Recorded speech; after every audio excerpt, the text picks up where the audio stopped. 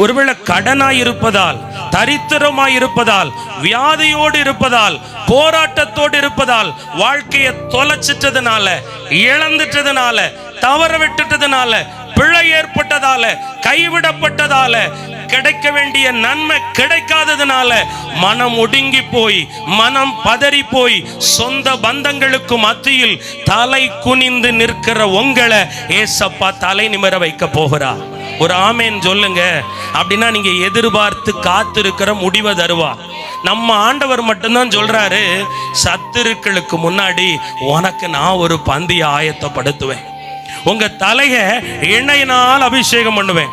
அப்படின்னா எங்கெல்லாம் நீங்க வெட்கப்பட்டீங்களோ, எங்கெல்லாம் தலை குனிஞ்சீங்களோ, எங்கெல்லாம் உங்க பிள்ளையால, உங்களால, கணவரால, மனைவியால, சூழ்நிலைமையால, மற்றவர்களால, நிர்பந்தத்தால கைவிடப்பட்டு நம்ம ஒருவேளை வெட்கத்துக்குள்ள நடந்துமோ, அதே இடத்துல, அதே ஊராருக்கு மத்தியில, அதே குடும்பத்துக்கு மத்தியில, அதே நிராகரிக்கப்பட்ட இடத்துல ஏசப்பா உங்க தலையை உயர்த்துவாங்க.